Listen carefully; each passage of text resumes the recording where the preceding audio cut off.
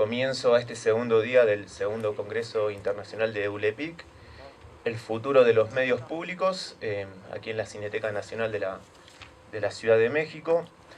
La mesa de hoy va a ser sobre teoría crítica y revolución digital.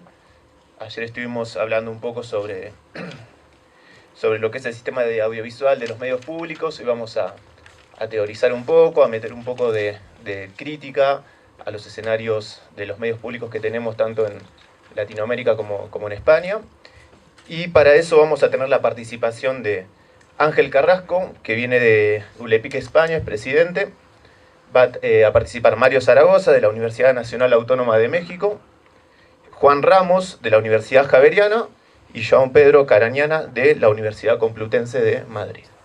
Así que le doy la palabra a Ángel para que comience, y les quería comentar de que va a haber una ronda de participaciones al final, pero lo vamos a hacer de forma escrita, así que Fer nos se va a estar apoyando para que nos pasen un papelito con preguntas y hacer un poco más dinámico la participación.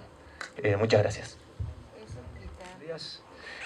Ángel, discúlpame, hago la presentación de tu ponencia, es Pseudoactividad y Tecnopolítica, notas sobre teoría y praxis en la esfera pública digital.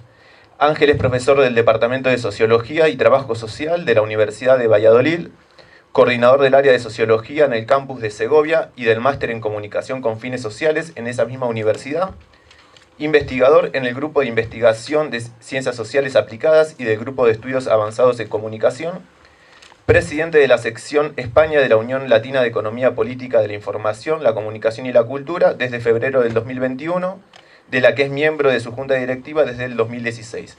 Y está especializado en epistemología y teoría crítica de la comunicación. Adelante. Bueno, muchas gracias por la presentación y, por supuesto, gracias también a la organización de este congreso, que me consta que las circunstancias no habrán sido fáciles, pero bueno, me comentan mis colegas que ayer yo no pude asistir por cuestiones de intendencia, que está yendo todo muy bien y nada, seguiremos para que así sea en esta jornada de hoy y la de mañana. Bueno, disculpa también por mi voz, la tengo un poco tomada del avión, voy a intentar no forzar y ya apoyarme en el micrófono.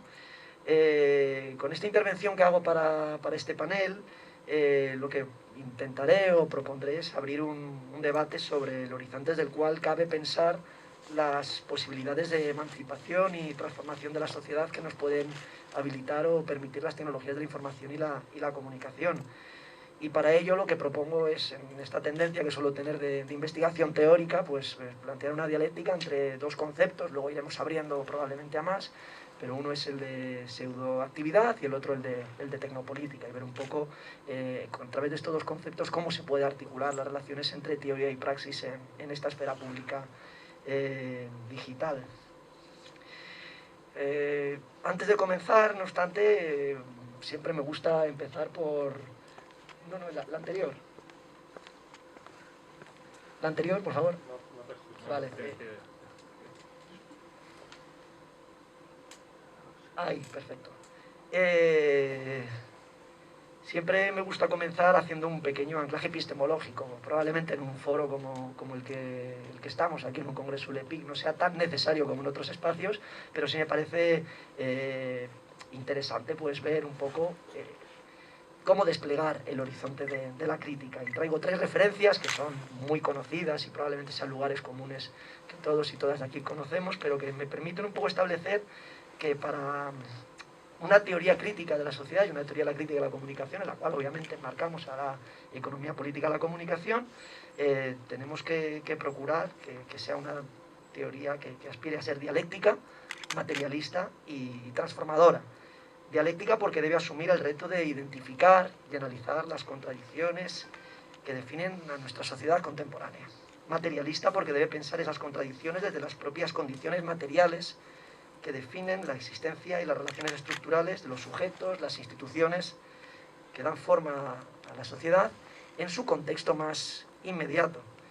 Y transformadora porque la orientación última de una teoría crítica a la sociedad debe ser propiciar una práctica teórica que esté dispuesta a la emancipación de las clases sociales oprimidas. Son tres condiciones que yo creo que ahí estamos más o menos todos y todas en acuerdo que debe cumplirse para poder hablar de una teoría crítica de la sociedad y, por supuesto, insisto, desde una economía política de la comunicación y la cultura.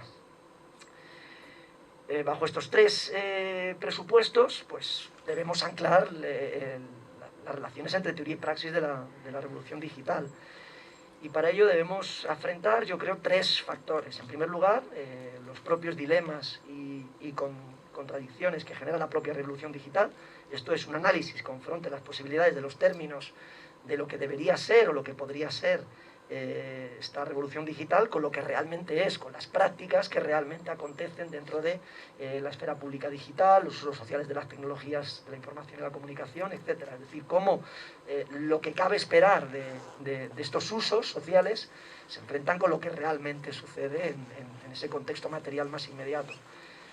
En segundo término, debemos también, o yo creo que debemos también, afrontar la integración de las tecnologías en la vida cotidiana de las personas y en las instituciones. Es decir, cómo esta tecnología puede condicionar esos usos sociales y cómo ese contexto puede condicionar los usos sociales. Tenemos que ir, por tanto, a la materialidad de las relaciones sociales como eje fundamental. Y, por tanto, desplazar el análisis desde la lógica y las propias posibilidades de los medios de comunicación hacia las propias condiciones materiales en las que estos usos suceden. Y también tenemos que valorar, siguiendo un poco el orden que planteaba antes, el potencial emancipador de la tecnología, considerando, en este caso, como decía, si los usos sociales que se están haciendo de la tecnología están propiciando ese cambio social y esa transformación social que esperamos de ellos. El debate, por tanto, lo que propongo desde mi intervención es que lo situemos más allá del acceso, la falta de acceso a los medios, es decir, más allá de la brecha digital. Por supuesto, la brecha digital sigue siendo un eje fundamental que la economía política de la comunicación debe afrontar, las condiciones de acceso, políticas de accesibilidad a los medios de comunicación, etc. Pero creo que también es importante reivindicar esta dialéctica de los usos y consumos sociales que se hacen de las tecnologías. Y esto implica también ir más allá del análisis de las propias lógicas y las posibilidades que estas nuevas, o no tan nuevas ya, basta ya de decir nuevas, aunque sí propician nuevas formas o han propiciado nuevas formas de comunicación, pues permiten, que son las posibilidades que ya todos conocemos respecto al broadcasting tradicional y a los modelos unidireccionales. Por supuesto que propician nuevas formas de comunicación, pero debemos rebasar ese determinismo tecnológico que establece que el medio es el mensaje y acudir a cómo se están haciendo uso de ellas dentro de, como decía, de esos contextos más inmediatos. Entonces debemos evitar ese determinismo tecnológico, pero también debemos determinar quedarnos simplemente en una teoría de la acción comunicativa en red y en la red. Es decir, no solo pensar y reflexionar sobre cuáles deberían ser las condiciones ideales del debate político, del debate social en las tecnologías, y acudir un poco a las prácticas que acontecen y qué condiciona esas prácticas, que eso es muy importante desde el punto de vista de una teoría crítica y de una economía política de la comunicación. Por supuesto, resulta evidente que la confluencia entre tecnología y política ha generado nuevas formas de acceso y de socialización política a la sociedad en su conjunto y ha abierto además la puerta para diferentes generaciones que a lo mejor sufrían cierta desafección a involucrarse con la política. Sin embargo, debemos pensar esas realidades de las subjetividades concretas que dan forma a esas prácticas sociales. Y pensar en el carácter intencional que tiene la comunicación, es decir, desde qué punto comunican, con qué intención comunican y hacia quién comunican esos sujetos, esos colectivos, esos movimientos sociales, etc. La cuestión, por tanto, que debemos plantearnos es qué elementos definen las prácticas transformadoras del activismo digital, asumiendo que no todas las acciones, desde las más performativas y más esteticistas hasta las más institucionalizadas, no necesariamente han propiciado las nuevas realidades, las nuevas transformaciones comprometidas. Y yo creo que aquí mi colega Francisco Sierra lo ha explicado muy bien, o lo menciona muy bien, cuando precisamente se pregunta, permitidme que lo lea, hasta qué punto esta nueva oleada de movilizaciones y protestas ha propiciado nuevas lógicas y nuevas posibilidades de transformación social, porque no todos los usos sociales que se han hecho de las tecnologías han propiciado ese cambio. Es una cuestión que debemos hacer desde nuestra posición, una autocrítica, y valorar pues qué condiciones son las que permiten o no permiten que se propicien esos cambios sociales desde los usos sociales de las tecnologías. La tecnopolítica aparece en este marco como un concepto de gran calado y de gran trascendencia, o al menos es así un poco como quiero presentarlo en la comunicación. Disculpadme, no sé si se me irá mejor. Casi así, sí, disculpadme por antes. Más allá de la simple articulación de las viejas formas de hacer política, pero también como algo más simple que la apertura hacia formas y discursos nuevos dentro de los cauces institucionales o de los cauces activistas preestablecidos. Es decir, pensar la tecnopolítica como un cambio de paradigma en el activismo digital. Insisto, no solo como una adecuación de las prácticas tradicionales a un nuevo contexto o de nuevas prácticas a los contextos de siempre. Hay que pensar hasta qué punto permite un cambio, un salto cualitativo en el uso social de las tecnologías, este concepto de tecnopolítica. Douglas Kellner lo que plantea con el concepto de tecnopolítica es una forma estratégica de empoderamiento ciudadano, y afirma que debe convertirse en un arma o en un brazo para la lucha y para la transformación. He puesto la cita en inglés porque habla de struggle, que nos remite de manera muy directa a la noción de lucha de clases. Pensar la tecnopolítica no como un fin en sí mismo, no como una acción política que se queda en esa mera acción, sino como algo que precisamente lo que pretende es una transformación a partir de la lucha y de la confrontación entre los diferentes intereses de los grupos que surgen en sociedad.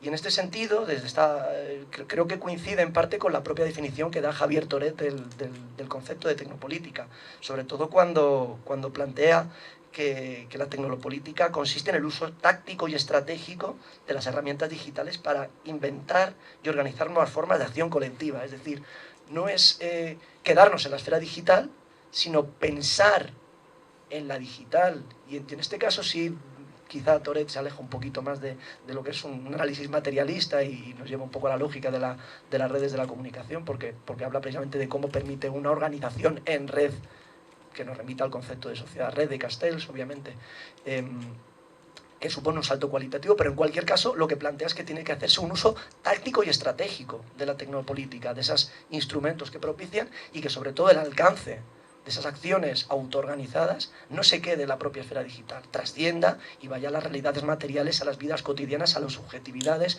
e incluso a las emociones de los grupos sociales, de los movimientos sociales y de las clases sociales que intervienen en esos procesos transformadores.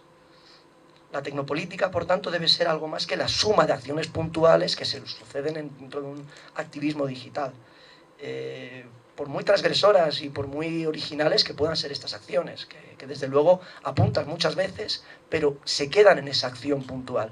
Es decir, la tecnopolítica tiene que ir más allá de la suma de acciones individuales, y tiene que aspirar a una autoorganización que transforme en el propio modo de organizarse y de pensarse las propias subjetividades y las propias maneras de pensarse.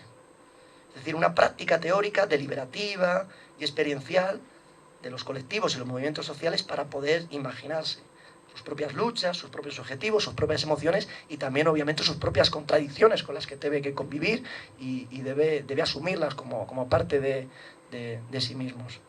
La idea es crear comunidades y movimientos capaces de desarrollar una conciencia para sí, dado que es el salto que permite la autoorganización, de la autoorganización a la acción, es decir, de la teoría, de la manera de teorizarnos como movimiento social, a una praxis transformadora. Frente a este concepto de tecnopolítica se opondría el concepto de pseudoactividad, que es un concepto que lo plantea Theodor Adorno. Ya saben muchos de aquí mi querencia hacia la teoría crítica y a la Escuela de Frankfurt, pero creo que merece la pena seguir siendo revisitada. Pues un concepto que plantea en su madurez, y sobre todo cuando los grupos estudiantiles que se habían inspirado muchas veces en sus propias obras, en sus propios textos, y le tenían al Instituto de Investigación Social alemán como una referencia, vieron que el propio Instituto de Investigación Social en Alemania, no abrazaba estos movimientos estudiantiles.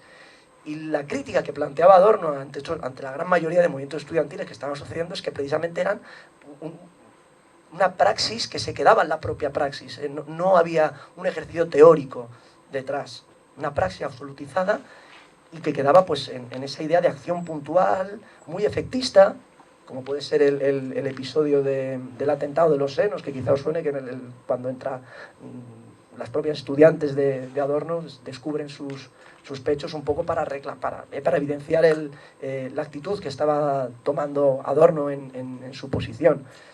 Son, lo que viene a decir Adorno, son posiciones muy efectistas, muy esteticistas, pero que se quedan ahí, no permiten ir más allá, que es a lo que aspiraría una relación o la unidad de teoría y praxis en cualquier acción colectiva.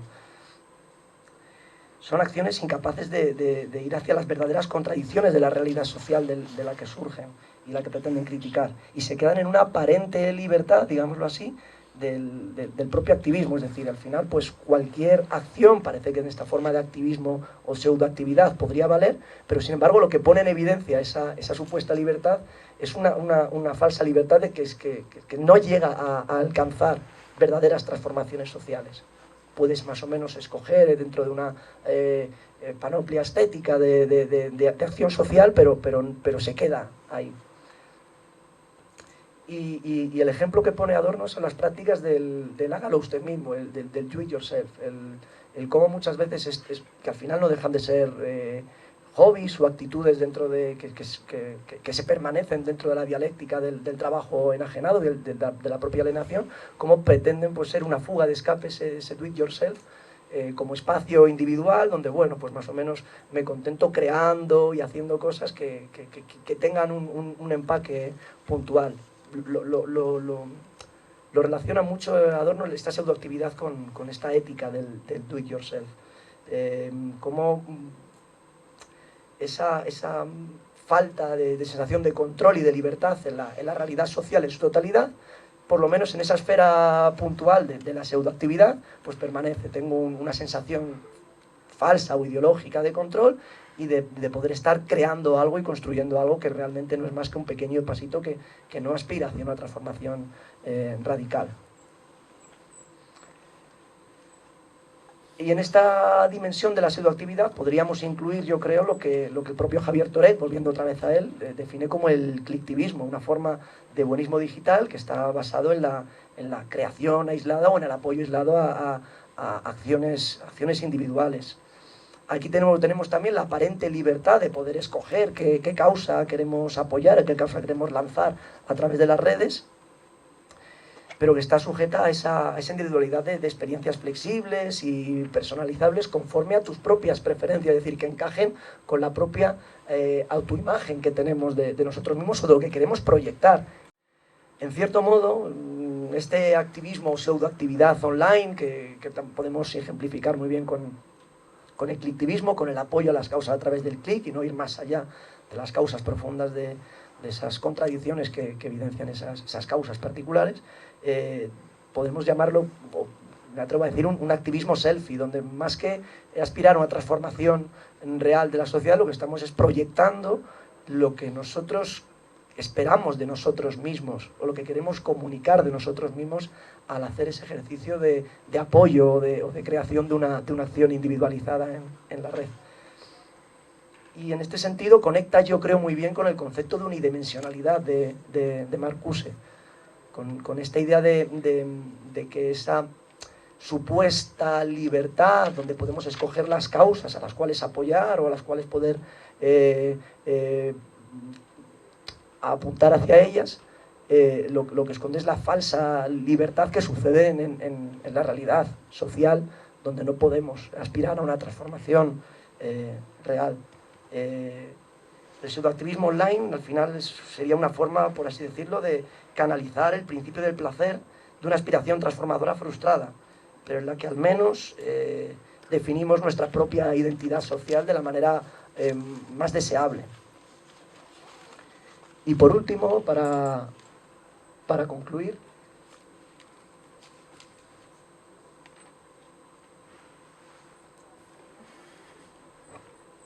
no sé si me están viendo. Bueno, eran unas pequeñas notas sobre la relación entre teoría y praxis de Adorno. Si en algún momento aparece, estupendo. Si no, lo podéis encontrar en notas marginales sobre teoría y praxis, en los epilogómenos dialécticos que publicaba en, creo que la editorial Trota. Para concluir, simplemente lo que pretendería un poco en esta pequeña intervención es reivindicar la necesidad de la unidad entre teoría y praxis en la acción, en el activismo digital. Y yo creo que es a lo que apunta el concepto de tecnopolítica. Creo que Toret no lo planteaba así, quizá Kellner sí, esta unión entre teoría y praxis. Una unión entre teoría y praxis que lo que pretendería romper con el primado de la praxis absolutizada que nos devuelve el concepto de pseudoactividad o incluso el de ecliptivismo. Intentar generar espacios de reflexión, de autoorganización, de pensarnos, de plantear nuestros objetivos, de definirnos como colectivo o en oposición a otros colectivos. Un activismo que debe acontecer también en el marco de la revolución digital y que debe hacer hueco para una teoría verdaderamente libre y sin tapujos, que yo creo que es además un poco la tarea que quizá desde este espacio académico que es tan particular, que es el de ULEPIC, que pretende ir más allá de la propia académica, de la propia academia, nos corresponde. Apuntar hacia otros modos de ser, otros modos de organizarnos, otros modos de pensarnos, que nos permita precisamente eso, superar la praxis absolutizada y dotarle de sentido y de razón a esos procesos de transformación social. Y bueno, hasta aquí yo creo que ya pasaría la palabra a mi colega. Muchas gracias.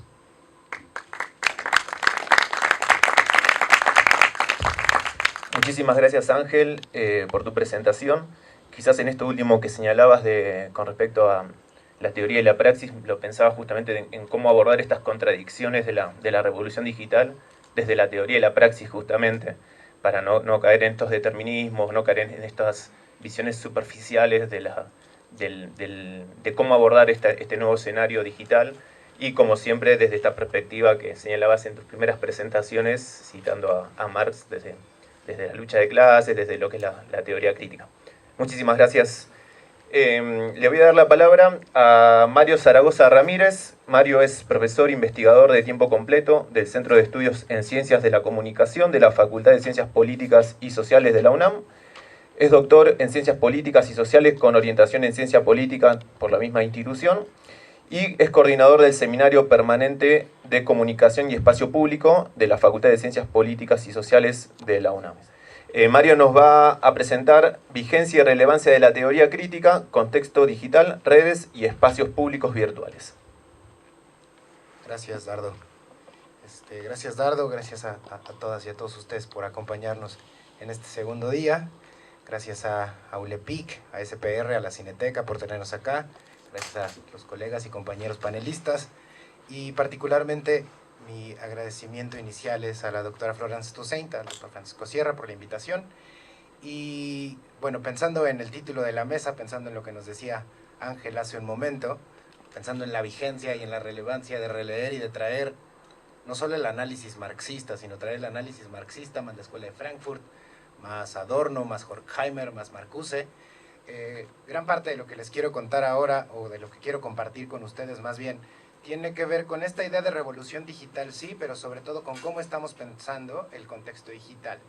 En el marco de lo que este congreso tiene como fin específico, es decir, el acceso a los medios públicos, la accesibilidad, un poco el fin social de pensar estos medios. Sobre todo en el contexto digital, donde una cosa tenemos bien en claro, es de difícil acceso. Y cuando pensamos en el difícil acceso y ustedes tienen el teléfono en sus manos, probablemente la palabra difícil no es lo primero que viene a nuestras mentes. Sin embargo, el acceso a estos espacios digitales que se conectan con otros parte de un concepto que me parece clave y elemental para que no solo ULEPIC, sino que quienes estamos trabajando en el campo lo tengamos en mente, que es el de desigualdad. Partimos de un mundo desigual. Y la conexión a distintos espacios, ya sea digitales, virtuales e incluso materiales, pues por supuesto que está mediada a propósito de la idea de la noción de desigualdad. Es decir, no tenemos acceso a lo mismo ni de la misma forma. Y quiero comenzar con eso, sobre todo a propósito también de una cosa que decía Ángel hace un momento respecto de recuperar a Theodor Adorno, la dialéctica negativa y mucho de lo que la teoría de la Escuela de Frankfurt tiene como cometido. Y es que traerla a la actualidad o ponerla de relevancia, a mí me parece que tiene como objetivo fundamental pensar en algo que, y se ha dicho muchas veces, por supuesto, pero algo que decía y que me parece repetía en muchas ocasiones Adolfo Sánchez Vázquez aquí en México, ¿no? Pensándolo como una figura en específico del marxismo mexicano, ¿no? Y por supuesto español, pero sobre todo en la vigencia de la praxis, es decir, conocimiento y acción. No podemos pensar que tenemos o que vivimos el momento histórico idóneo donde la tecnología nos permite lo mismo, no sé si el concepto sea tecnopolítica, pero sí politizar tecnológicamente a sus usuarios y a sus usuarias, es decir, vivimos, ¿no?, el momento histórico, parafraseando, ya saben, a figuras muy conocidas, vivimos el momento histórico para transformar las cosas, pero las cosas no se transforman.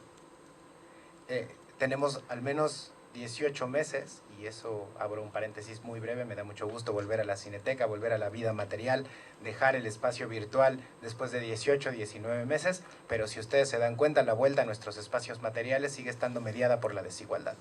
Hay un montón de personas que tuvieron que no solo volver antes que nosotras y nosotros, sino que no dejaron sus actividades porque las economías informales en países como México siguen siendo predominantes. Y entonces quienes podíamos quedarnos confinados en nuestras casas a dar nuestras clases a través de plataformas como Zoom, pues parecía que le estábamos pasando muy mal, pero la verdad es que quienes lo estaban pasando muy mal eran las personas que estaban afuera de sus casas contagiándose. Esa brecha de desigualdad es fundamental para traer los análisis marxistas y de la teoría crítica hoy al siglo XXI. Y es fundamental, me parece, sobre todo porque incluso cuando las personas o los usuarios y las usuarias no se dan cuenta, lo decía ayer en su presentación de forma muy clara la doctora Florence Toussaint, están generando un valor, pero no para las personas, no para los individuos, sino para quienes tienen o quienes poseen esa empresa, ¿no? Por ejemplo, nosotros producimos valor, yo di clases a las 7 de la mañana y mis estudiantes pues más bien estaban produciendo conocimiento, pero lo estábamos haciendo a través de una licencia que paga la UNAM para que puedan estar conectadas y conectados a través de Zoom. El gran tema es cómo los usuarios y las usuarias hoy generan valor mientras no necesariamente son conscientes de que están generando valor, sobre todo porque ese valor es aprovechado por las, insisto, marcas, las empresas y ahora el mundo de las aplicaciones. Ayer por la tarde platicábamos de estos monopolios que hoy tienen otras características, ¿no?, o que se plantean como empresas transnacionales. La doctora Crovi nos lo recordaba en el apagón del 4 de octubre con su presentación, y parecía que, ¿no?, por un momento el mundo se detenía, o al menos para las personas que tienen un perfil en Facebook, en Instagram, en WhatsApp, el 4 de octubre, pero lo cierto es que su vida no se paró, y lo cierto es que, si bien el dueño de estas 3 aplicaciones, Mark Zuckerberg, perdió un dinero importante en este apagón del 4 de octubre, también es verdad que lo recuperó seguramente el 5, el 6, y seguramente hoy no está sufriendo por la pérdida de ese apagón del 4 de octubre, que la verdad espero que a ninguna y a ninguno de ustedes le haya afectado realmente. Y si le afectó, ya sabe, hay un botón, se llama cerrar sesión, nunca más lo vuelve a abrir y entonces usted puede ser feliz el resto del tiempo. Sobre todo porque pensamos y estamos pensando en los cambios que ha tenido el contexto digital. Y esto me lleva de inmediato a pensar la relevancia de las revoluciones digitales, sobre todo en un contexto donde el espacio público no ha modificado esencialmente sus límites, pero sí se pueden apreciar cambios en sus características superficiales. ¿A qué me refiero con esto? Cuando les platicaba sobre los salones virtuales, nosotros quienes nos dedicamos a la docencia, hemos irrumpido en los espacios privados de nuestros estudiantes y de nuestras estudiantes. Hemos hecho que el salón de clases entre a las diferentes partes de sus casas, a las habitaciones, a las recámaras, a los comedores, a las salas, y de pronto el espacio público irrumpe en esas fronteras de lo privado. ¿Por qué contemplo esto? Porque el contexto digital al que me refiero es distinto a 10 años de distancia, donde las revoluciones, así llamadas revoluciones digitales, irrumpieron en el espacio público. ¿A qué movilizaciones me refiero? A lo que Occidente llamó primavera árabe, ¿no? Porque en Oriente las movilizaciones en los países del centro de Oriente tienen otras caracterizaciones. Pero lo que entendemos en Occidente como primavera árabe sucedió hace 10 años, 2011. Otra de las movilizaciones que aparecen a esa distancia están en el contexto digital. Pensemos, el Occupy Wall Street, no dejemos de lado el hashtag Yo Soy 132 mexicano. Estos fenómenos que sucedieron en el espacio público hace 10 años no podrían entenderse de la misma manera hoy. Y es que hace un momento que Ángel nos contaba respecto del concepto de tecnopolítica y de la necesidad de encontrar la praxis, coincido completamente, y además, pensando en lo que decía Dardo en su intervención, contemplemos que lo que necesitamos para ponerle praxis es ponerle fondo a los fenómenos que están sucediendo. Es decir, pensar la teoría para explicarlos. Y recuperando el valor de la teoría como una parte esencial de la ciencia, donde la teoría no resuelve, o donde la teoría no es una vacuna o una solución, la teoría es una explicación. Y nos tiene que dar explicación de los fenómenos que están sucediendo. Entre ellos, ver a distancia de 10 años, insisto, este contexto digital que hoy es completamente diferente.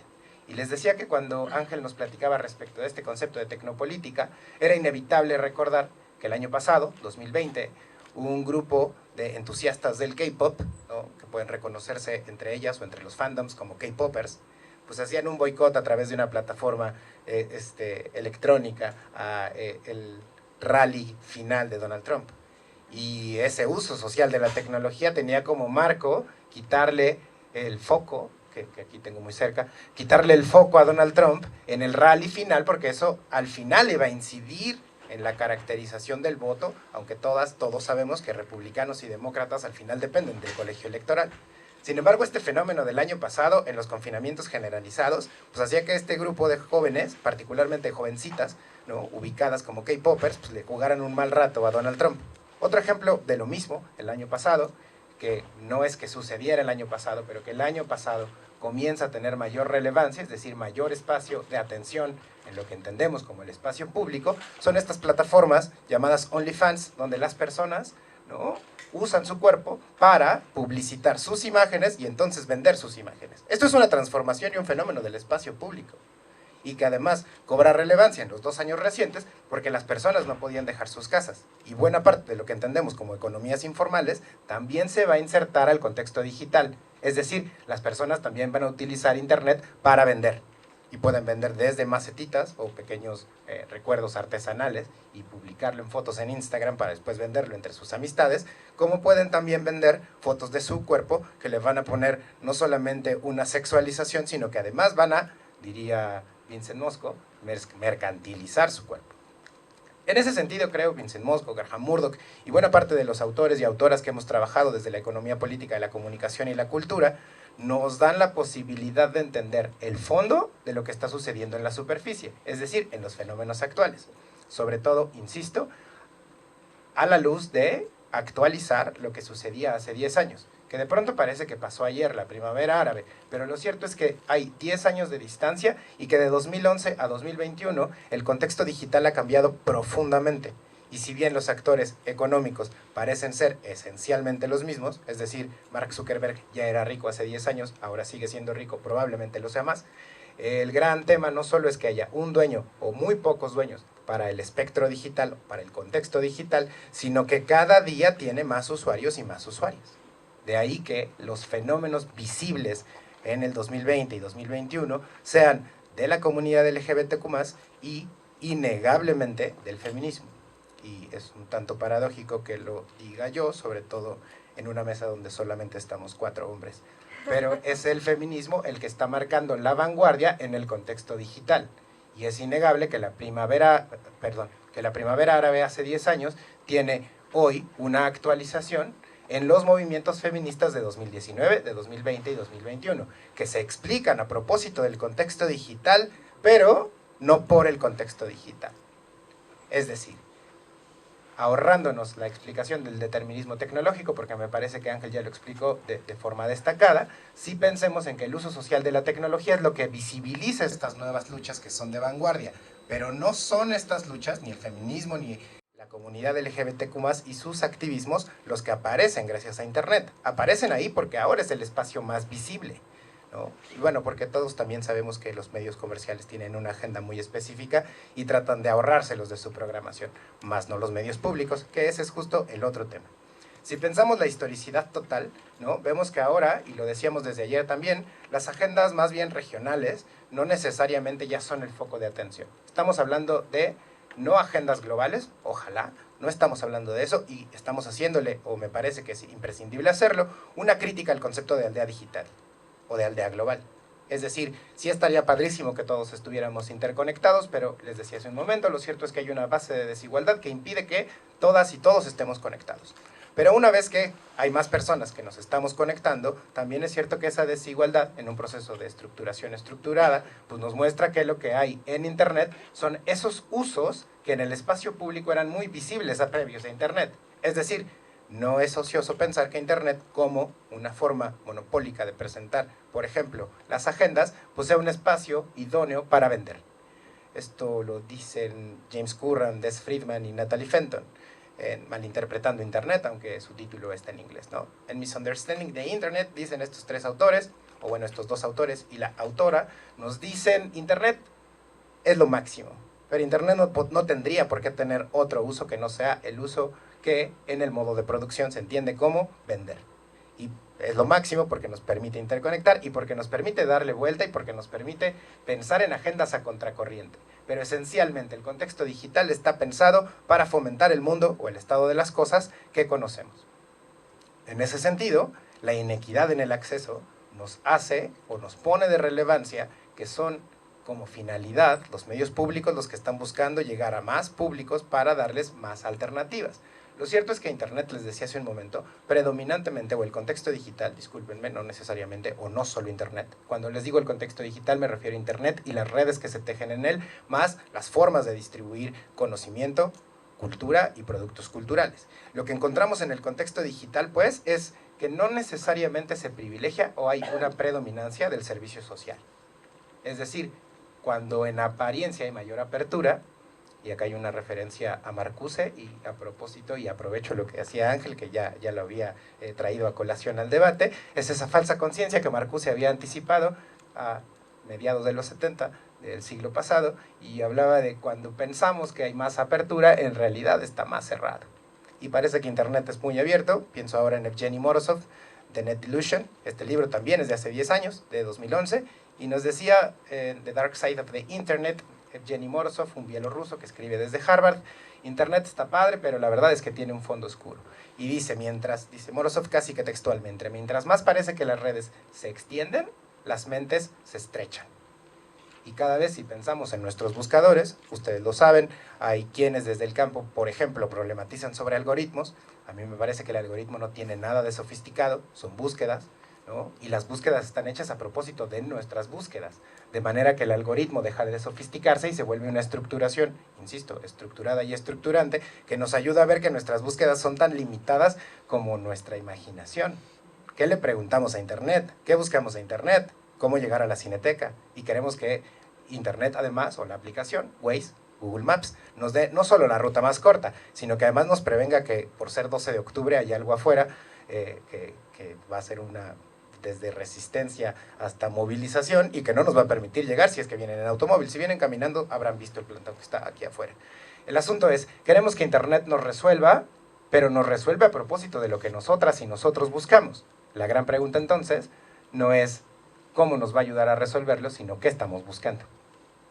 Sobre todo porque Internet, y eso lo evidencia los 19 meses recientes, Internet plantea una realidad mediada por la tecnología que les decía hace un momento, tiene dueño, y que sobre todo tiene una excesiva preocupación por la productividad. Y si no, piensen en cómo hace 19 meses, cuando anunciaron los confinamientos generalizados en México, España y Latinoamérica, ¿no? La primera gran pregunta era ¿qué voy a hacer? El problema de esa pregunta de ¿qué voy a hacer? Fueron las respuestas. Y la teoría tiene que alcanzar a abrir un marco para entender que muchas de esas respuestas fueron las respuestas que hemos problematizado desde nuestra crítica a la productividad. ¿Qué voy a hacer? ¿No? Piensa en primeros meses de los confinamientos generalizados, aprender a hornear, aprender un nuevo idioma, hacer ejercicio, ahora sí voy a hacer lo que no había hecho, limpiar el cuarto que no había limpiado, ahora sí voy a hacer lo que no había hecho en tantos meses, y la verdad es que no se hizo porque lo que estábamos atravesando era una pandemia sin precedente. y sobre todo, y eso vuelve a ser una exigencia de la teoría crítica, vuelve a plantearnos la idea de atender las problemáticas y los problemas desde el fondo. ¿Qué pasa cuando una persona tiene esta preocupación por ser productivo? Que hay un concepto, lo trae Marx a la colación, hay un concepto, el de alienación, que nos ayuda a observar que hay personas que insisten incluso a forzar sus cuerpos a ser más productivos o más productivas. Y sobre todo en un mundo donde, particularmente en Internet, hay, y eso se ha problematizado desde hace más de 10 años, hay brechas, brechas, brechas. Por no decir crisis, crisis, crisis. ¿Quién tiene acceso a Internet? ¿Quién tiene un teléfono para tener acceso a Internet? ¿Cuántos de nuestros estudiantes y cuántas de nuestras estudiantes no tienen que compartir su computadora para poder conectarse? Y además de compartir su computadora, ¿cuántas de ellas, cuántas de ellos tienen un espacio en sus casas para poder tomar clases? Esos son los fenómenos que están en el contexto digital. Esos son los fenómenos que debe atender la teoría crítica, porque, insisto, problematizar sobre productividad, ocio y ahora espacios en la casa para poder tomar clases implica problematizar sobre las condiciones materiales. Y esa base de las condiciones materiales sigue siendo la desigualdad. ¿Quiénes pueden tener un acceso cómodo al conocimiento? Antes podían ir a la universidad, ahora la universidad entra a sus casas. Pero ¿cuántas casas están preparadas para recibir a la universidad? Y ya después de pensar en eso, otra de las brechas es la de alfabetización. ¿Quiénes están listas y quiénes están listos para poder pensar en Medios y fines de Max Horkheimer, que es un texto francamente complejo y que además lo tengan que leer en sus recámaras y a su vez esas recámaras tengan que convertirse en su salón de clases, cuanto más cuando nuestras y nuestros estudiantes comparten sus habitaciones? En ese sentido, problematizar la praxis nos lleva a, y con eso voy cerrando mi presentación, nos lleva a lo que autores como Hartmut Rosa han pensado desde 2011 hasta 2016 como la aceleración tecnológica, la aceleración del ritmo de vida y la aceleración del cambio social. Hartmut Rosa escribe este libro en 2011, el de Aceleración y Alienación, se traduce hasta 2016 en castellano y lo encontramos como una problemática de la teoría crítica en términos recientes. Hay, dice Hartmut Rosa, un motor de aceleración tecnológica que impulsa a los otros dos. Pero el verdadero problema no es que el motor de la aceleración tecnológica impulse al cambio social y al motor cultural que acelere el ritmo de vida. El problema es que hay una desincronización entre los tres. Es decir, la tecnología nos permite ir muy rápido, pero si yo no tengo acceso a la tecnología se desincroniza mi ritmo de vida, ¿no? Y vienen problemas desde la obsolescencia programada hasta porque no me alcanza para comprar la tableta o el teléfono más nuevo, que sí van mucho más rápido, pero ¿qué le sigo preguntando al Internet? Sigue siendo el gran problema. Es decir, si yo utilizo Internet para intercambiar mensajes por Facebook, pues podría regresar a la mensajería SMS o a la mensajería que se pagaba por mensaje, y francamente es que no sucede otra cosa. A lo mejor perdemos los stickers de WhatsApp, pero quizás en esencia comunicativamente no se pierde nada. Sobre todo porque en esa alienación, insiste este investigador alemán, Hartmut Rosa, hay una alienación que nos hace pensar en que vamos más rápido, ya saben, parece que se diluyen las fronteras del espacio público, cuando en realidad esas fronteras, citando a Jürgen Habermas, siguen intactas desde el siglo XVIII. Lo que se mueve superficialmente. Parece que las multipantallas o la cantidad de interconexiones nos llevan a un nuevo contexto digital, y es cierto, pero esencialmente seguimos hablando de la brecha de desigualdad, que al menos en países de Latinoamérica es profunda. Finalmente, radicalizarnos políticamente implica habitar los espacios, habitar y resistir desde las condiciones que tenemos, que tampoco es una idea nueva. Al menos para Marx era muy presente, para la escuela de Frankfurt lo era, para Habermas lo fue, y lo es también para Hartmut Rosa o Axel Honneth, que problematizan esto hacia principios del siglo XXI. ¿Qué tenemos? Tecnología. Esta tecnología es desigual. ¿Qué podemos hacer con la tecnología? Pues pensarla un poco a manera de los medios públicos. La tenemos que apropiar y tenemos que ayudarnos de ella y servirnos de ella, y no al revés, donde la tecnología parece servirse de nosotras y de nosotros. En ese sentido, me parece que la mayor radicalización política en estos tiempos, además de tomarse la vida con calma, la mayor radicalización de los tiempos actuales implica en apropiarse espacios que no están diseñados para apropiarnos de ellos, y con eso finalizo con dos ejemplos. El primero de ellos es una plataforma hostil como Zoom. Zoom no se hizo para salones de clases, pero sobre todo Zoom no se hizo para apropiarse.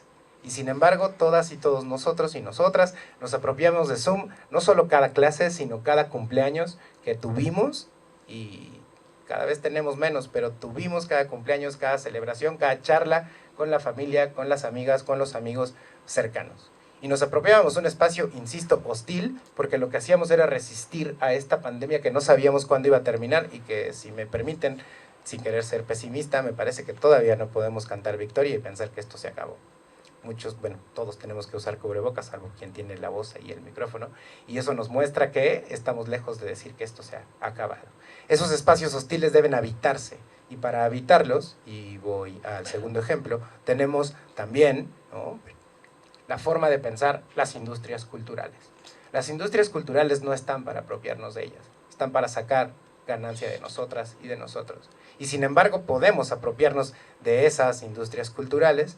El libro que se presentará hoy en la tarde es prueba de ello, porque en el contexto digital esas industrias culturales que tratan de encajonarnos o de ponernos límites, también están para que los usuarios y las usuarias de este contexto digital puedan apropiarlas.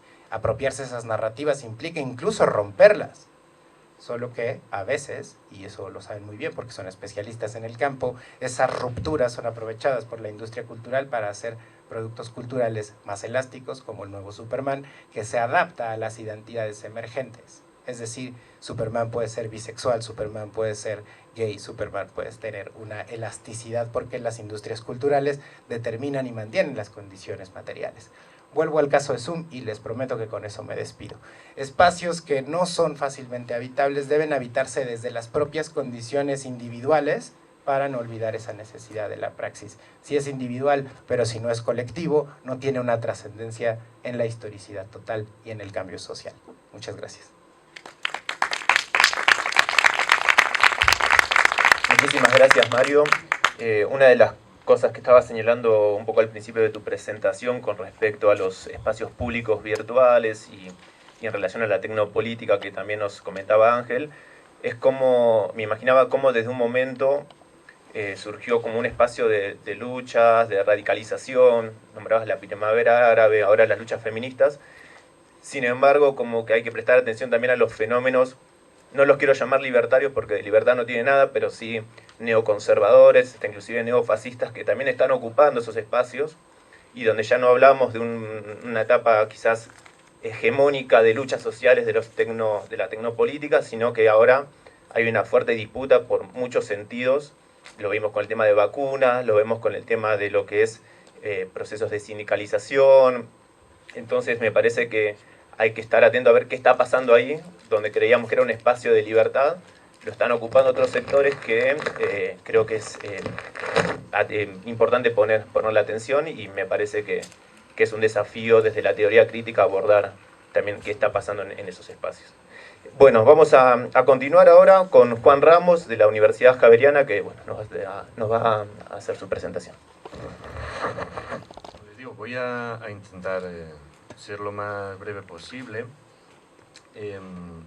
Le agradezco mucho a la organización, desde luego, la invitación, y a los compañeros por todos por todas sus presentaciones, sus ponencias, porque además eso me hacen recortar ciertas cosas también porque ya se han comentado, ¿no?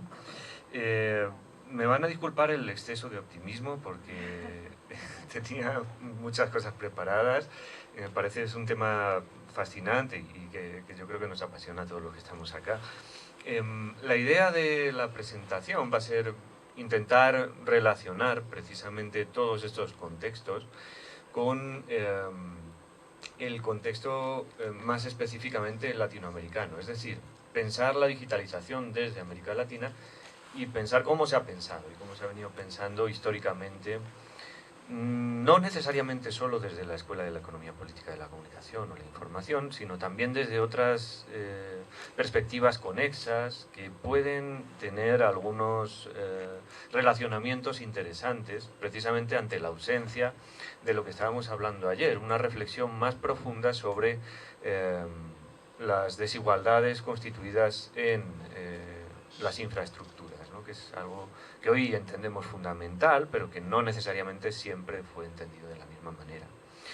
Para ello, pues obviamente no voy a ser muy pretencioso, y lo que voy a intentar es hacer una relación entre las últimas cosas que venimos trabajando, porque bueno, no quiero hablar de lo que no sé.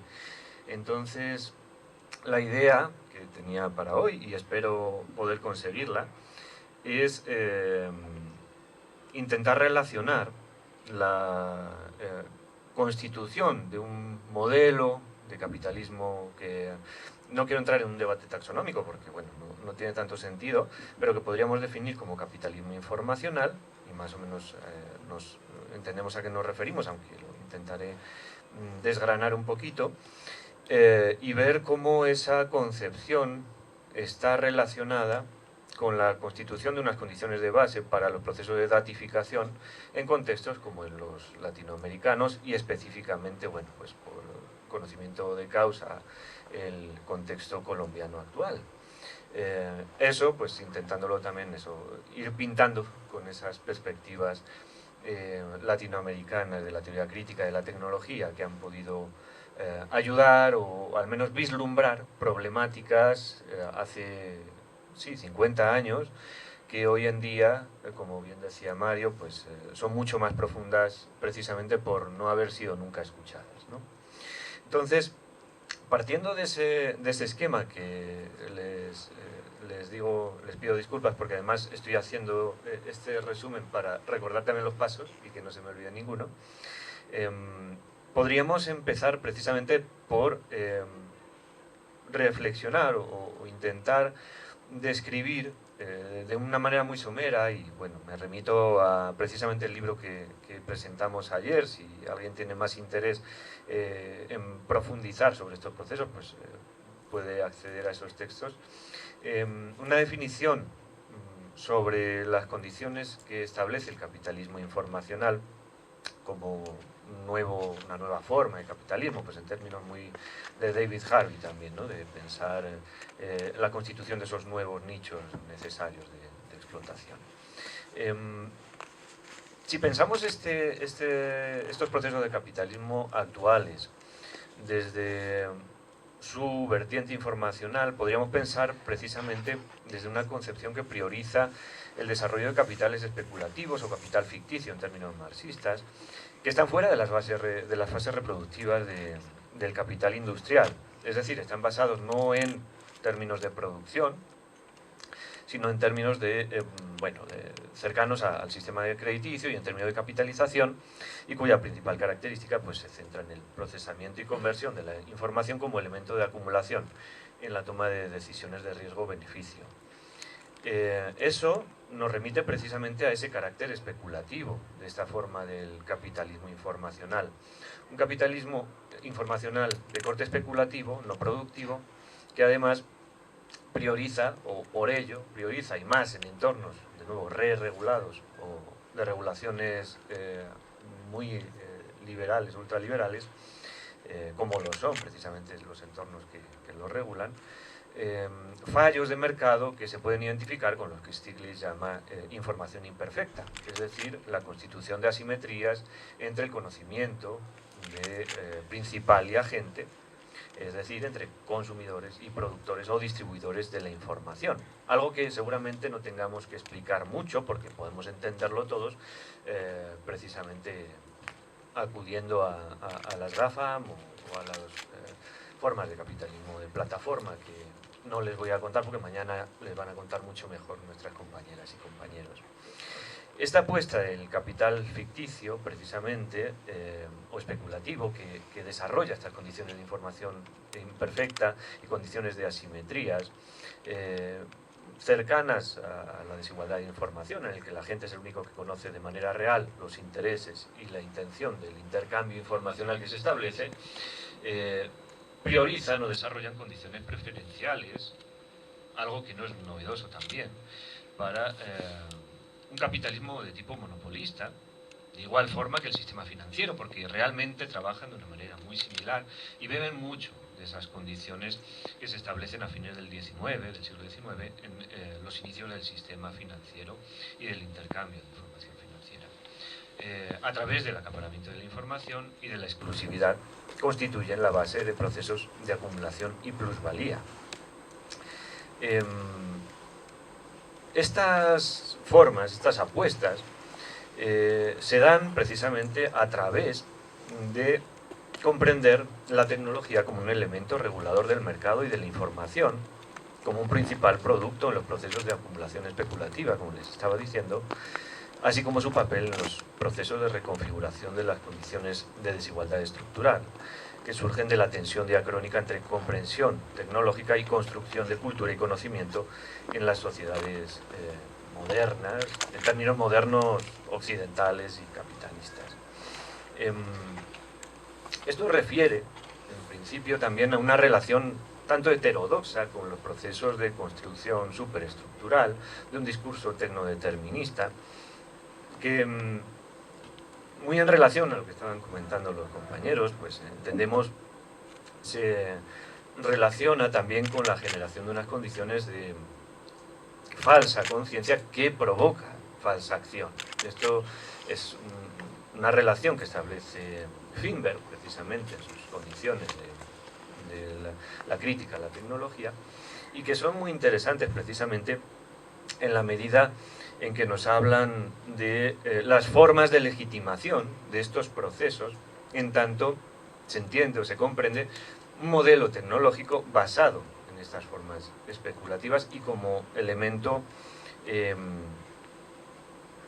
co-constitutivo de unas condiciones determinadas, es decir, la tecnología como un elemento vectorial, en el que no importa tanto la propia tecnología de manera estructural como la orientación que se le otorga en la construcción de estas condiciones y bueno, de estas fuerzas de producción y de estas relaciones de producción que, como bueno, veremos ahora un poco muy de acuerdo con el propio Christian Fuchs, en los procesos de digitalización actual transforman las fuerzas de producción, pero invariablemente los sostienen o mantienen las relaciones de producción desde los entornos de un capitalismo clásico. Una relación basada en la legitimación de estas formas de tecnología especulativa, una falsa conciencia que lleva a una falsa acción y un control de los medios de producción que, como decimos, sostiene las formas de relación de relaciones de producción desde el optimismo tecnológico como un proceso, bueno, pues, de esa creación de falsa conciencia. Si no asumimos el desarrollo tecnológico como un proceso político vinculado a las condiciones de cultura y pensamiento, los trabajadores precisamente incurrirán en una pérdida de capacidad de intervención en el desarrollo material de las condiciones de producción. La robotización, en términos conceptuales, del trabajador material provoca lo que también autores como Finberg denominan la autonomía operacional, es decir, la pérdida de las condiciones de autonomía del trabajador sobre sus propias relaciones de producción en favor de las condiciones de autonomía del gerente.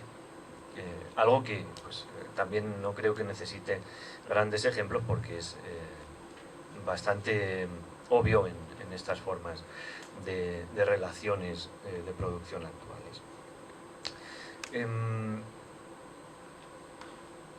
Si pensamos la tecnología desde los términos que nos configura el concepto de código tecnológico, que se asimila precisamente a esas condiciones culturales, políticas, sociales que están detrás de la constitución misma del hecho tecnológico y que configuran precisamente los resultados y las acciones que la propia tecnología en términos materiales puede llevar a cabo. Podemos también pensar en torno a los procesos de datificación y de utilización de grandes volúmenes de datos, como estaban hablando los compañeros, en cómo precisamente los algoritmos, la relación o las relaciones que se establecen entre estos grandes volúmenes de datos que supuestamente están vinculados a formas discursivas de tipo objetivo, aséptico, apolítico, realmente lo que configuran son vínculos de lo que se conoce en términos de teoría de la tecnología crítica, apofenia dirigida, en las que las relaciones supuestamente arbitrarias no son tan arbitrarias, sino que se constituyen en torno a los intereses de aquellos que programan las reglas de juego que aprenden estos algoritmos, independientemente de si estamos hablando de procesos de automatización dirigida o no. Esos vínculos de apofenia se basan también en una serie de ecologías impuestas, de nuevo, en el que la pérdida de estas autonomías nos lleva también a escenarios clásicos que han sido pensados para las industrias culturales, aquí lo hablaban antes, o ayer, no recuerdo bien, la famosa economía del punto ciego de Dallas Smith no estaría tan lejos de esta concepción, más que nada en la actualización de los términos tecnológicos. En América Latina, y como bueno, les digo, estoy corriendo mucho, espero que se entienda todo y si no, pues en la pregunta vamos a poder profundizar. Podemos rastrear estos procesos de datificación desde las condiciones contextuales propias de los entornos sociopolíticos que hacen parte de los diferentes países y con sus diferencias muy importantes, de hecho, cada uno de ellos. Antes de entrar en las condiciones actuales de los procesos de ratificación, creo que es interesante en todo caso pensar en cómo esto ha podido ser pensado desde el sur y en este caso desde América Latina. Y realmente es muy curioso, es interesante, y quizá algunas y algunos de ustedes ya lo conocen, pero quizá otros no han podido tener a lo mejor esa entrada o bueno, no se ha sistematizado lo suficiente.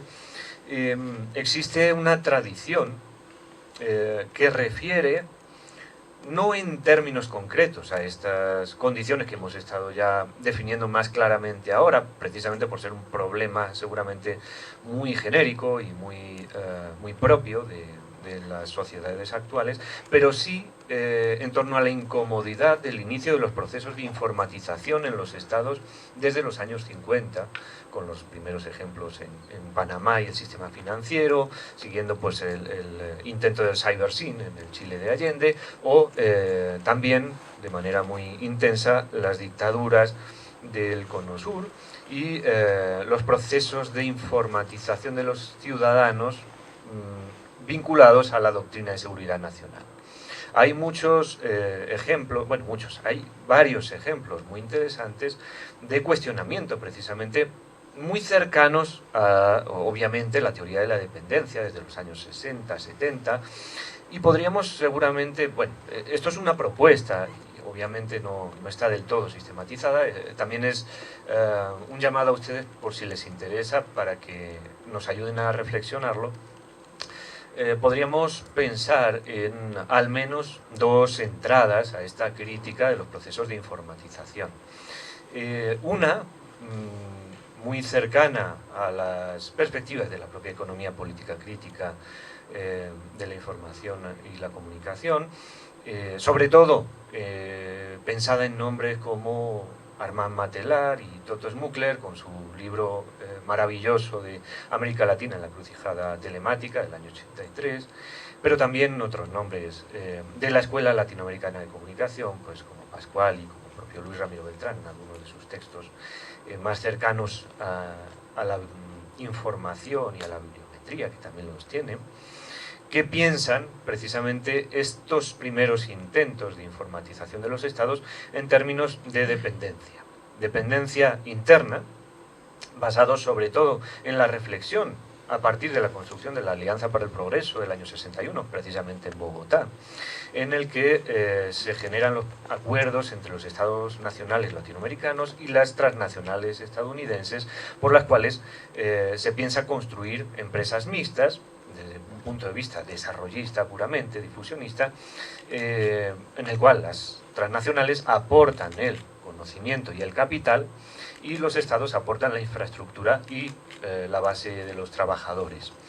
Estas empresas mixtas y estas reflexiones sobre esta independencia interna hicieron pensar en cómo esta Alianza para el Progreso ayudó a una sustitución de élites en los estados latinoamericanos y la llegada al poder de élites corporativas asociadas a los capitales transnacionales que transformaron también las relaciones del Estado con estas empresas.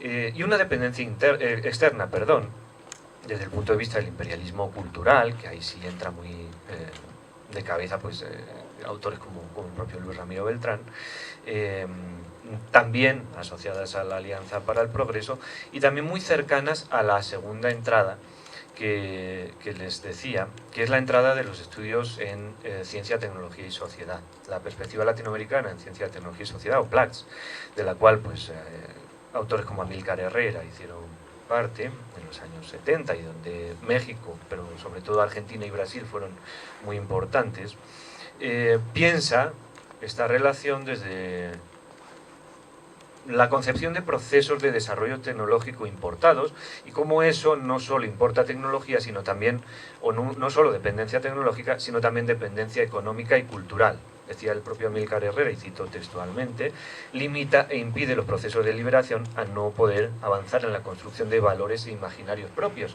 vinculando ya esa relación entre estructura, más bien infraestructura, y construcción identitaria. La solución, en gran medida, que se proponía era la recuperación de la tecnología como parte integrante de la cultura de los diferentes pueblos, es decir, muy cercano en términos de lo que hoy seguramente denominamos como soberanía tecnológica. Estos procesos, tal y como los intuyen los autores latinoamericanos, y tal y como estábamos diciendo antes, dialogando con Ángel y con Mario,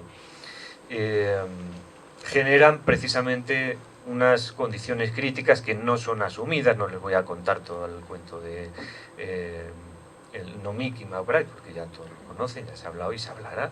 Entonces, esa derrota supone seguramente en estos procesos la profundización de unas condiciones de determinación que nos llevan a los escenarios actuales de datificación de los estados y de los procesos de intercambio informacional y de construcción de identidades digitales que realmente provocan desde el sur un relacionamiento precisamente con las grandes problemáticas que sacuden a las propias realidades latinoamericanas. Es decir, los procesos de datificación pensados desde un punto de vista de la economía política recogen los mismos problemas y los mismos retos que se establecen en los entornos analógicos. Y lo que ocurre en esos términos, y voy a intentar ir acabando precisamente para dejar espacio a Joan y al resto de ustedes, es, por ejemplo, una asociación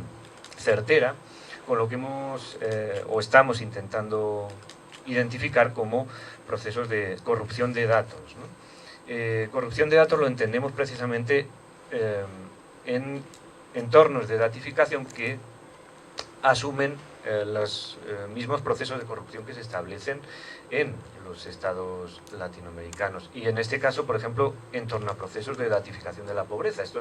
Ya les voy a hablar de un ejemplo más real.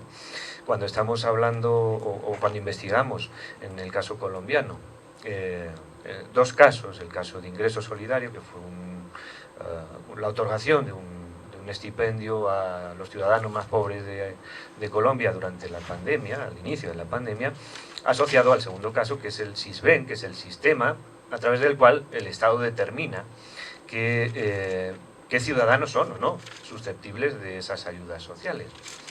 Se dio un caso muy curioso, muy llamativo, que además generó procesos muy interesantes de tecnopolítica, a través de Twitter sobre todo, en el cual los ciudadanos identifican que esas ayudas y esos registros están corruptos, en el que ustedes metían en el sistema números de cédula como 1, 2, 3, 4, 5, 6 y aparecía como que era beneficiario, o gente muerta que aparecía como beneficiaria, o gente que aparecía 2, 3, 4 veces como beneficiaria, y otros que deberían aparecer y no se les otorgaba las ayudas. Ese proceso, el Estado, por un lado, lo intenta ocultar, refiriendo unas condiciones en las cuales a la firma por parte de los beneficiarios de la ayuda de otorgamiento de este apoyo económico, se desvincula de los posibles fallos que pueda ocurrir en términos de identificación. Entonces, lo que dice el contrato es, si hay algún problema de ciudadanos que no deberían aparecer y aparecen, no es un problema del Estado, sino de los ciudadanos que están actuando de mala fe, con lo cual digamos que le pasa la pelota, le pasa la bola a la ciudadanía, y el Estado se desvincula de cualquier problema en este caso de apofenia, como estamos diciendo. Y en segundo lugar, y más llamativo, intenta resolver el problema haciendo lo mismo que hicieron hace 50 años, acudiendo a las supuestas formas de apoliticidad, de objetividad de aquellos que se supone no tienen intereses económico-políticos detrás del desarrollo de estas bases de datos, es decir, a empresas de las fintech, en este caso a una empresa de broker, de data broker, llamada Experian, que en Colombia se dedica a, bueno, una empresa tiene una subsidiaria llamada Data Crédito, que es quien determina las condiciones de la capacidad crediticia de los ciudadanos. Entonces dice el Estado, bueno, como no confían en nosotros, así hablándolo rápido, vamos a contratar primero contratamos a Apple y a Google para que gestionen las bases de datos, lo cual determina la accesibilidad de estas empresas a las bases de datos de ciudadanos, bases de datos públicas de ciudadanos colombianos, y en segundo lugar, cedemos la decisión sobre quién debe recibir las ayudas a una empresa de data broker, que además determina que ya no se va a pensar en quién es pobre o no en Colombia para dar las ayudas, sino que va a hacer un estudio de capacidades para determinar quién debería o no ser pobre. Es decir, ahora mismo lo que ocurre en Colombia con esa, bueno, ahora no, cuando se da el programa, con el último SISBEN, el cuarto, y la otorgación de estas ayudas, era que llegamos al punto en el que el programa no determinaba si alguien tenía o cumplía las condiciones materiales de pobreza o no para recibir una ayuda social, sino si había hecho lo suficiente o no para salir de la pobreza. Y si no había hecho lo suficiente, no se le daba esa ayuda. Hemos llegado a esas condiciones. Y son condiciones que, como les decía, están establecidas hace 50 años, pero que hoy, al no hacer caso a los avisos de esta teoría crítica que ya nos venían determinando los problemas y los retos que podría establecerse en esta relación de transnacionales con informatización de los estados, pensando ya en términos de capitalismo informacional, generamos unas condiciones de desigualdad que seguramente nunca hubiéramos vislumbrado, ¿no? Lo voy a dejar ahí para no extenderme más y pues podemos seguir hablando más adelante. Muchísimas gracias, Juan.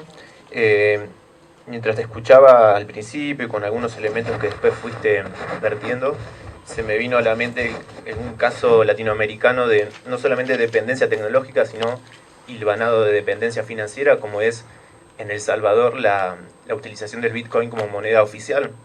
Digo, como ya no solamente estamos atados a una dependencia de la tecnología, ahora sino también nuestro sistema financiero de los países empiezan a ser regulados por quién sabe quién. Entonces creo que ahí la cosa también se complejiza bastante y creo que hay un tema que estaría bueno que trabajemos entre todos para ver cómo se impacta, bueno, no solamente en el mundo financiero, sino al fin y al cabo en la ciudadanía, en la población. Muchas gracias. Bueno, vamos a escuchar por último a João Pedro Carañana de la Universidad Complutense de Madrid. Adelante. Muchas gracias. Buenos días. En primer lugar, como mis colegas, quiero expresar mi agradecimiento sincero a Florence Toussaint y a la organización del Congreso. Nos consta que ha sido duro, ha sido laborioso. Siempre es así, creo que el resultado es excelente, además en este sitio tan maravilloso y nos encontramos todos a gustísimo. He hablado mi ponencia hacia una integración de paradigmas, economía política de la comunicación, estudios para la paz e interseccionalidad.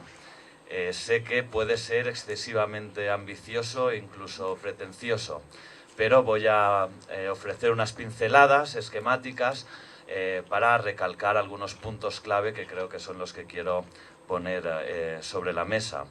El punto de partida es que existen complementariedades, puntos de encuentro entre estas perspectivas, pero también diferencias e incluso contradicciones que creo que se pueden resolver dialécticamente.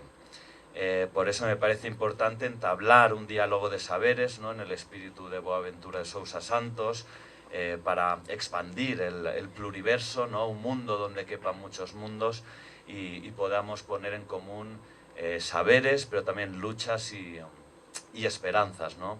Y me parece que esto es muy importante y lo estamos haciendo en este congreso, ¿no? en un contexto donde se está pasando también dentro de grupos de izquierda y de movimientos sociales emancipadores, que tenemos el vampiro en el castillo, ¿no? Como decía Mark Fisher, en el que los espacios se están volviendo muy duros para la disidencia, para el pensamiento crítico, incluso desde dentro, ¿no? Con censuras, y eso lo tenemos que trabajar con fraternidad y sororidad, y en ese sentido estoy muy contento de participar en esta mesa y también en el conjunto del Congreso. Y ver además que compartimos fundamentos epistemológicos, ¿no? Y además se ha nombrado a Marx varias veces hoy, lo cual me alegra. Ayer lo comentábamos, ¿no? Que estamos nombrando mucho teoría crítica, economía política y la comunicación, y es correcto, pero parece que nos dé un poco de vergüenza mentar al diablo, pero el diablo está con nosotros, es un apoyo. Y entonces, desde una epistemología marxista, pues ya lo han comentado mis colegas, mirar a las totalidades, a las relaciones de poder. Necesitamos análisis crítico, pero también construir alternativas, es decir, teoría, conocimiento vinculado a la praxis. Y desde una visión internacionalista, ¿no? Es paradójico que los autoritarios nacionalistas, o el nacionalismo autoritario, está más internacionalizado que las fuerzas emancipadoras, ¿no? Entonces me parece importante trabajar en esa línea. Voy a comenzar con el triángulo de la violencia de los estudios para la paz de Johan Galtung, y a partir de ahí entraré a ver las complementariedades con economía política y con interseccionalidad.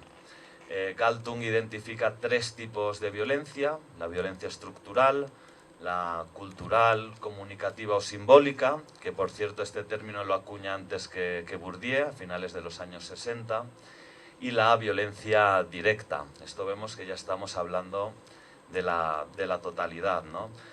Brevemente, la violencia estructural es la desigualdad, en lo que se ha centrado Mario, la exclusión, la marginación, la explotación.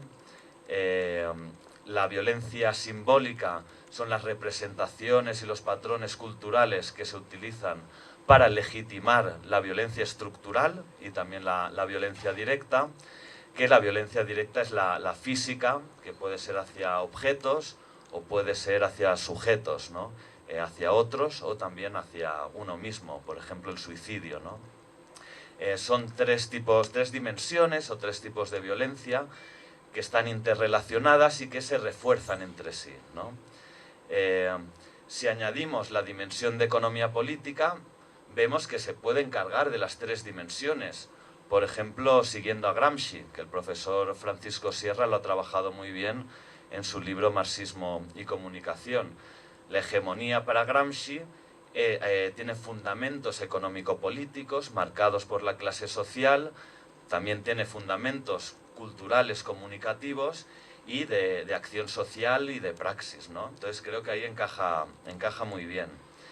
Y si entramos directamente a la economía política de la comunicación, analizando la estructura, la violencia estructural, tenemos que hablar de privatización, de mercantilización, acumulación de capital, maximización del beneficio, concentración de la propiedad de los medios, tanto tradicionales como digitales, conglomeración, financiarización, etcétera, ¿no? Todos estos factores los podemos enmarcar dentro de la violencia estructural. En cuanto a la violencia simbólica, creo que en el campo de la economía política ha faltado analizar más contenidos, más representaciones ofrecidas por los medios o que circulan en redes sociales, por ejemplo, ¿no? Herman y Chomsky sí lo hicieron en el modelo de propaganda y me parece importante seguir haciéndolo, ¿no? Ver cómo efectivamente las estructuras económico-políticas tienen reflejo en los contenidos mediáticos. Y por último, la violencia directa, que como decía puede ser incluso hacia uno mismo, el suicidio, ¿no? Y estaba recordando un caso sonado que pasó con Instagram, de una chica adolescente que tenía depresión y estaba buscando pues contenidos depresivos y de tendencia suicida, ¿verdad? y la burbuja del algoritmo le alimentaba esos propios contenidos, y cada vez recibía más y más contenidos incitando incluso al suicidio. La chiquilla se suicidó finalmente y los padres de la familia han denunciado a Instagram. Fue en Instagram. No sé cómo ha terminado la cuestión, pero bueno, ver cómo esas representaciones que le ofrece Instagram influyeron en violencia directa hacia ella misma, ¿no? Y vemos esa relación, en este caso, entre dos dimensiones, ¿no? Si vamos a casos tradicionales de medios de masas, vemos como la violencia estructural del imperialismo se tradujo en la prensa estadounidense, en el New York Times, en violencia simbólica que justificó la guerra de Irak, y finalmente en violencia directa con la invasión y con la muerte de... ahora mismo no sé la cifra de muertos, pero llegó a hablarse de 800.000, 850.000, ¿no?, fallecidos. Entonces vemos ahí cómo entra el tema de la economía política. La interseccionalidad en cada una de estas dimensiones, pues ver que en estructura no es solo de clase o de propiedad, es de género, de raza o racialización, de sexualidad y otras dimensiones. En las representaciones mediáticas, en la violencia simbólica, también vemos esos reflejos, ¿no?, de violencias interseccionales, que también se pueden traducir en violencias físicas, ¿no? Hay patriarcado, hay homofobia a nivel de estructura social, se traduce en discursos de odio a través de redes sociales que pueden incitar a acciones violentas físicas, presenciales, contra mujeres, contra personas LGTBI, etcétera, ¿no? Vemos cómo ese marco nos ayuda también a comprenderlo.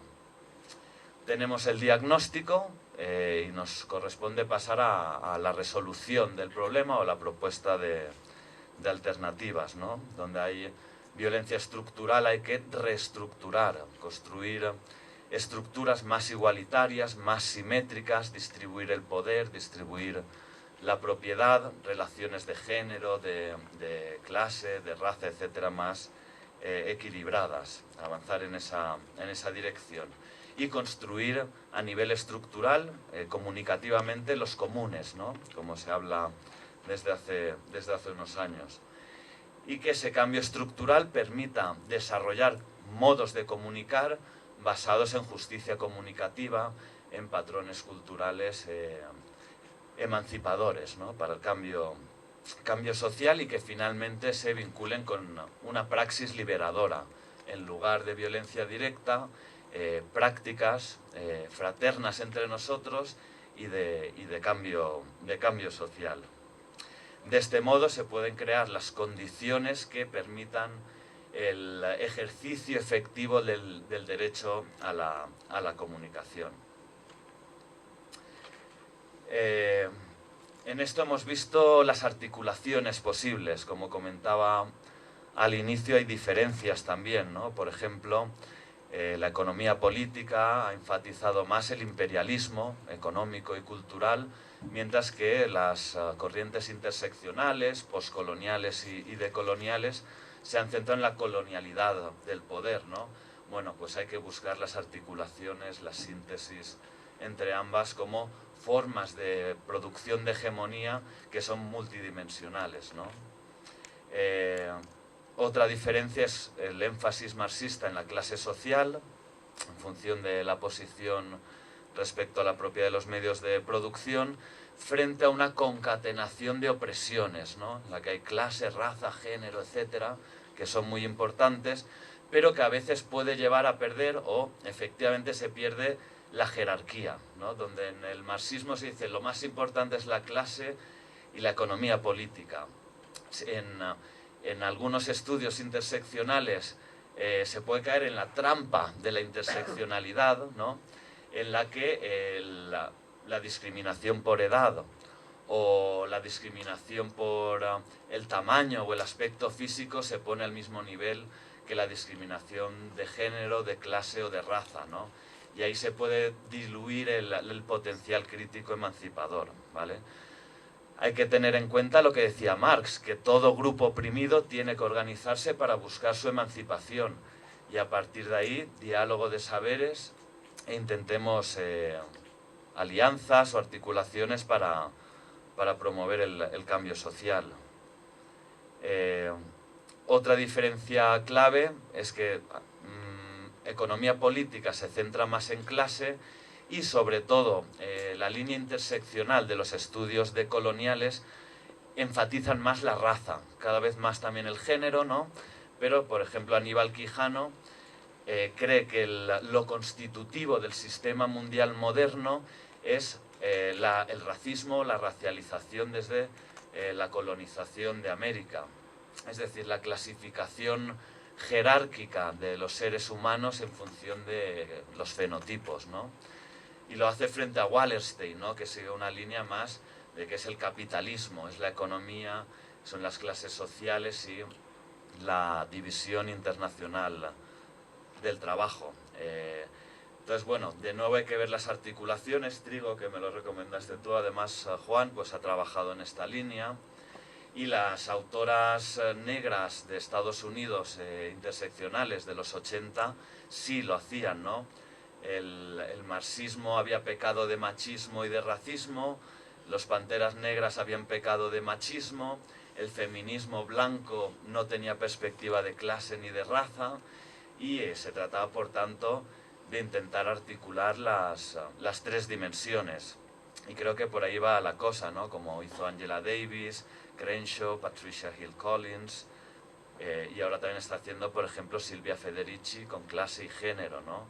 Me parece muy importante, y algunos trabajos de marxismo negro, creo que también pueden ser muy interesantes, y tener en cuenta que las luchas específicas pero desconectadas entre sí pueden producir algunos avances parciales para los representantes más acomodados o más privilegiados de las identidades, pero para un cambio social emancipador a nivel de totalidad va a ser necesario articular las diferentes partes.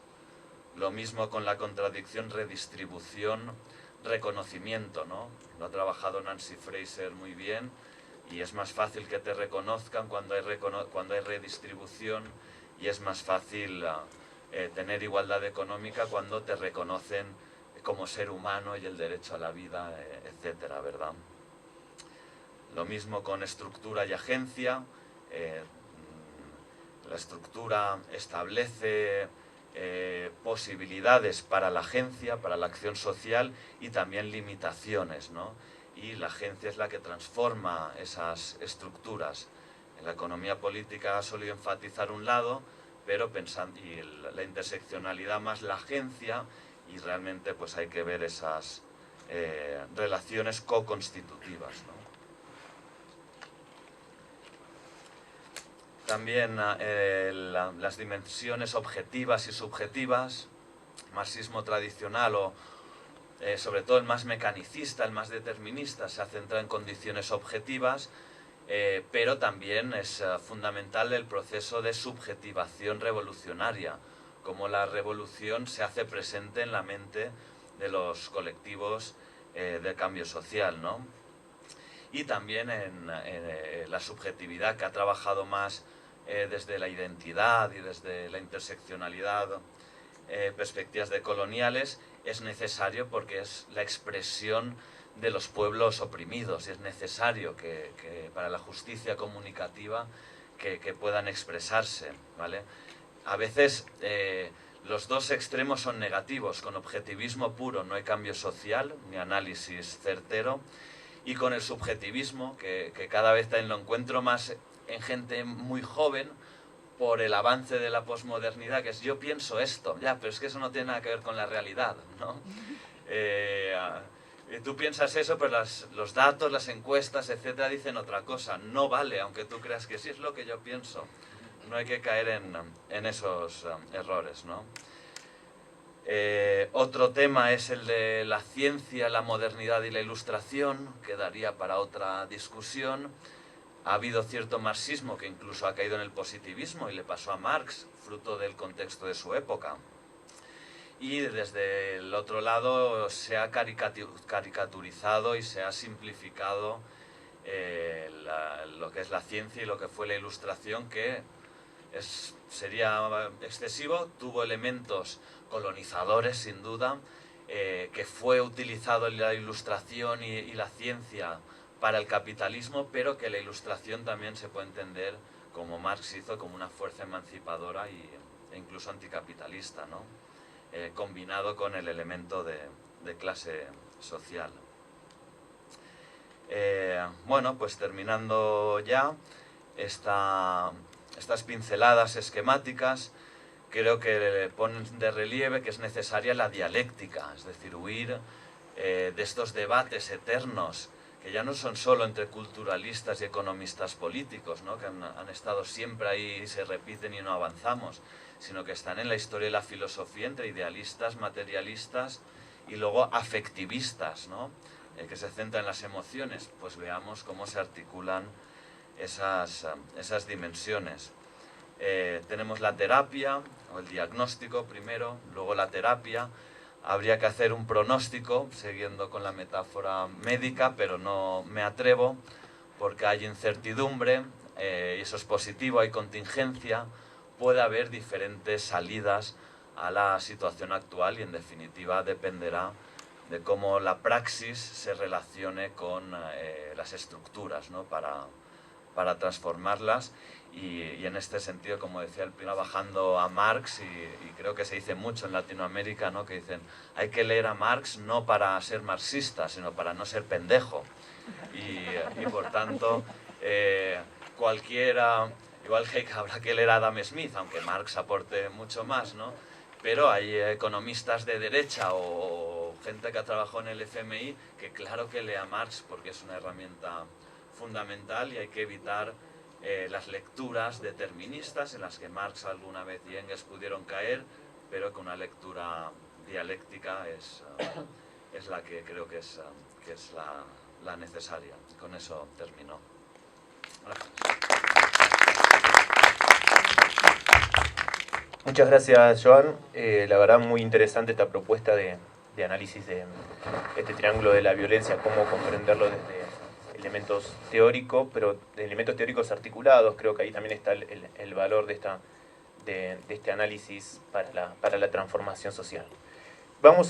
Tengo una pregunta de un participante para alguien de la mesa que quiera contestar. No sé si hay otra pregunta más, me la pueden pasar. Pregunta a la mesa, ¿el cambio de conectividad que suscitó la pandemia será irreversible? En un mundo sin COVID, si lo hubiera, ¿continuaremos trabajando a distancia?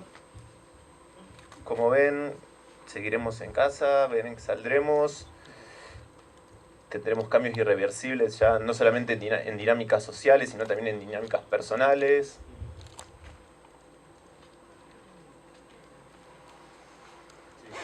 Es que no sé quién de los tres se iba a animar, pero... Dale. A pregunta expresa, la verdad es que lo que pensamos para muchos como una pesadilla, para los empleadores y las empleadoras es un sueño hecho realidad. Nosotros ponemos la computadora, la luz, la silla, el internet, el folder, las hojas, la comida y hasta el café que tomamos entre hora y hora activa. Entonces, ante pregunta expresa, es difícil que la forma de conectividad que tenemos hoy transite y cambie radicalmente a lo que teníamos antes, por distintos factores y distintas dinámicas.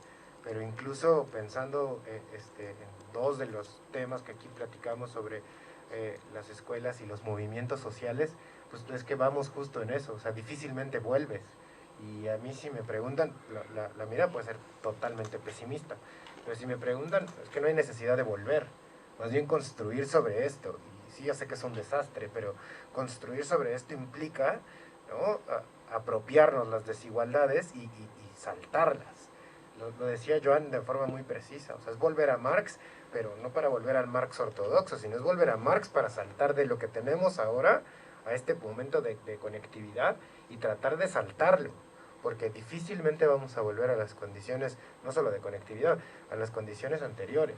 Y por ahí está en pensar modelos híbridos, no solo de educación y de congresos, sino pensar en modelos híbridos, pues eso es que la explotación no se detiene y encuentra formas de vincularse. Entonces está difícil que una vez que encontraron la forma, de explotar hasta el tope, pues se pueda volver a condiciones más amables. Brevemente, que yo estoy notando, y lo hablábamos también, ¿no? Cómo los alumnos se han acostumbrado también a las clases online y muchos las están pidiendo, de hecho, para no venir a clase y hacerlo desde casa. Y estamos viendo en la educación, sobre todo, como Google, no sé si ya ha montado su universidad o está en proceso. Y por supuesto que quieren hacer esa transformación para que sea enseñanza más virtual, que reducen costes, como empresas privadas o universidades privadas, incluso públicas, que también están en la misma lógica, y además ahorrar costes y vendernos el software, como comentabas, Zoom y cualquier plataforma, software privativo del que les permite acumular capital, ¿no? Sí, en ese sentido, para aportar una cosita, también creo que hay un cambio en el sentido de cómo vamos a empezar a revalorizar el espacio público y el espacio en comunión con otras personas. Digo, acá en el Congreso lo vemos claramente de que tuvimos actividad académica virtual y como que en mi caso una de las primeras actividades académicas presenciales, y como uno quizás antes lo veía normal, ahora decís, no, está bueno volver a vernos presencialmente. Entonces creo que ahí también hay un cambio en cómo vamos a empezar a concebir esos espacios públicos que antes los asumíamos como normales y que ahora decimos no fue tan normal este último tiempo, entonces valoremos, cuidémoslos, vamos a apreciarlos y creo que ahí a fortalecerlos. No sé si alguien más tiene alguna pregunta, un comentario que quiera realizar. Yo quería añadir al respecto de esta misma pregunta, de este mismo debate. Todo cambio es mejor así quizá. Todo cambio es irreversible y lo comentaba ahora la moderación. Volvemos a encontrarnos, pero volvemos a encontrarnos con otra mirada. Tenemos que ser conscientes de esa irreversibilidad del cambio y de las puertas que se han abierto, que comentabais antes mis colegas de mesa.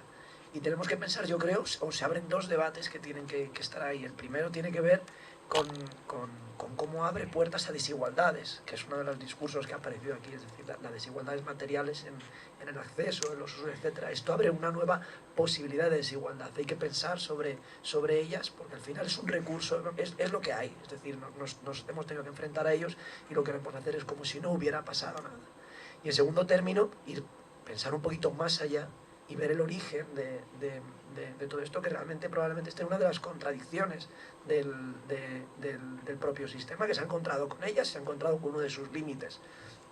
Es decir, mi impresión es que la pandemia no surge per se, surge en un contexto muy determinado, en un sistema productivo muy determinado y en un sistema de mundialización de las relaciones muy determinado. Entonces hay que pensar en ello, que no surge por casualidad, o tiene un elemento de casualidad, pero tiene otro elemento estructural muy importante. Y una de las consideraciones que hay que tener en cuenta también es que el orden establecido, en este caso el capitalismo global, podemos añadir las coletillas que queramos, de informacional, cognitivo, etcétera, etcétera, siempre ha sabido rearticularse, rearmarse para mantener statu quo. Y estamos en esas ahora mismo. No solo con que hay un hábito y una costumbre por parte de empleadores, estudiantes en este caso por esta visión clientelista que estamos adoptando muchas veces en la universidad, que se está aprovechando de ello y que tenemos que seguir pensando en estas cosas, y es un elemento más con el que tenemos que lidiar desde las teorías críticas de la comunicación y por supuesto desde la economía política de la comunicación. Bueno, pues nada, para no ser el único que no va a hablar, sí, algo más complementario, porque desde luego estoy de acuerdo con lo que dicen los compañeros. Hay un... así hago esto y mejor. Va a haber muchas presiones también, y la cabra tira al monte, y por eso voy a hablar de esto. Muchas presiones por precisamente estas formas de capitalismo que han encontrado un nuevo nicho de acumulación en estos procesos de intercambio informacionales. Es decir, ya pues el proceso de explotación de los usuarios en términos de fuerza laboral, productiva, en este caso de información y de datos, no va a ser fácil de abandonar, y va a haber mucha presión para que continuemos en en ese lugar en el que estamos, porque ahora mismo somos máquinas de producir. Entonces, eso tampoco se nos puede olvidar. Y por otro lado, hay una anécdota que también me hace reflexionar, y hablándolo ya en términos educacionales. Durante el pasado año, en mi universidad, había mucha gente que estaba ya cuestionando la entrada a un modelo digital, un modelo de lo que llaman ecosistemas, de formación o algo así, no me acuerdo bien. Y claro, la pregunta que yo les hacía es, ¿de verdad quieren esto? O sea, ¿de verdad quieren pasar de un mercado educativo colombiano en el que tiene una estructura determinada a un modelo en el que ustedes van a tener que competir con gigantes de la industria de la información y de la educación y que ya se dedican a esto cuando no tienen las condiciones estructurales ni infraestructurales determinadas? Y esto está ocurriendo, hay mucho, de nuevo, hay mucha perspectiva funcionalista de que la solución es la tecnología por sí, ¿no? Y la tecnología es eso, una herramienta. Es una herramienta que depende de cómo nosotros la orientemos, podrá pues, proponer unas soluciones u otras. Bueno, muchísimas gracias a todos por la participación.